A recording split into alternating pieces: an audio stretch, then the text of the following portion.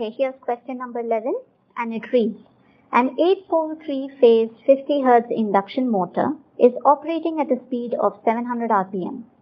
The frequency of the rotor current of the motor in Hertz is dash. Okay, so we have been given the initial values of the motor operation and we have to find out the rotor current. Okay, so let's start by writing down what's given to us. It always helps. So we have been given the number of poles P equals 8. Next, we have the frequency given to us as 50 Hz. And the speed N is given as 700 rpm. Now, you will have to recall some of the basics here for a motor, for an induction motor. We know that the frequency of the rotor current equals the slip times the frequency given, right? So, let me write that down. The frequency of rotor current equals S into F. Now, how do we find out the slip?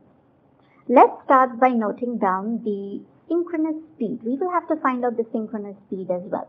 Okay? So, let's start with that. The synchronous speed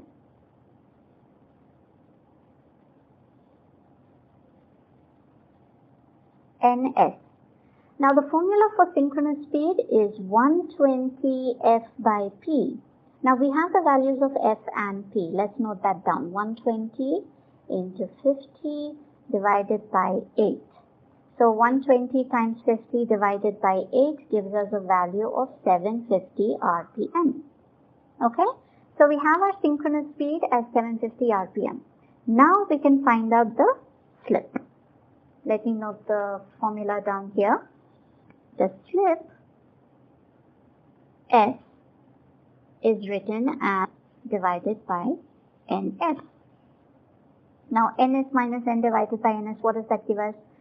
750 minus 700 divided by 750, which comes around to 1 by 15. Okay.